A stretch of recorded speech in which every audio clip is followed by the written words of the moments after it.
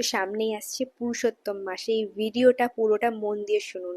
এই পুরুষোত্তম মাস কি এবং কিভাবে পালন করবেন এই ভিডিওতে সম্পূর্ণ বলতে চলেছি।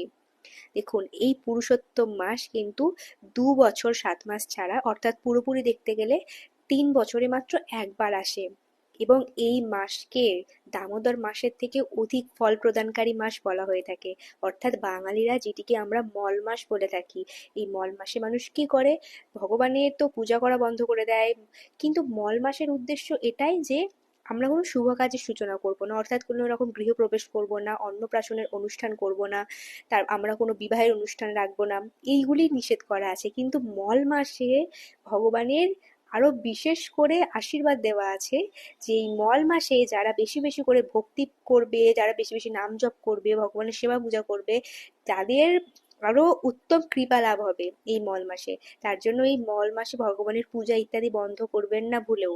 এই মল মাস যেটা 3 বছর ছাড়া মাত্র একবার আসে, সেটাকে সুযোগ লাগান, কাজে লাগান এবং ভালো করে ভক্তি করুন। কিছুই নয়, আমিষ ভোজন করেন, আমিষ ত্যাগ করুন, ভগবানের প্রসাদ পাওয়ার চেষ্টা করুন। ভগবানের প্রসাদ না পেলেও কমসে কম আমিষ ছেড়ে নিরামিষ খান এই একটি মাস।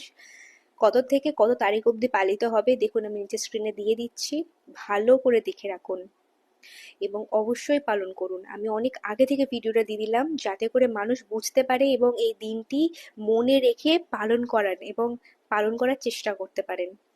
এই মাসে চেষ্টা করবেন ভগবানের সামনে ঘিয়ের প্রদীপ দেওয়ার, তুলসী কাষ্ঠের প্রদীপ দেওয়ার, এবং আপনারা কলার খোল যেগুলি হয় ওগুলোও দিতে পারেন, কিন্তু ওগুলি মাত্র একবার ব্যবহার করতে পারবেন। আর বাদ বাকি অন্য কোনো যেমন পিতলের বলুন, এই টাইপের জিনিসগুলি আপনারা বারংবার ধুয়ে ব্যবহার করতে পারেন।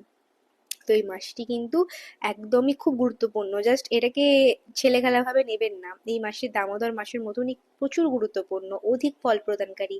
এই মাসের সমস্ত একাদশী পালন করুন এবং চেষ্টা করুন অধিক সংখ্যক নাম জপ করার, পরনিন্দা পরচর্চা এই সমস্ত বাদ দিয়ে ভালোভাবে ভগবানের শুদ্ধভাবে সেবা করার।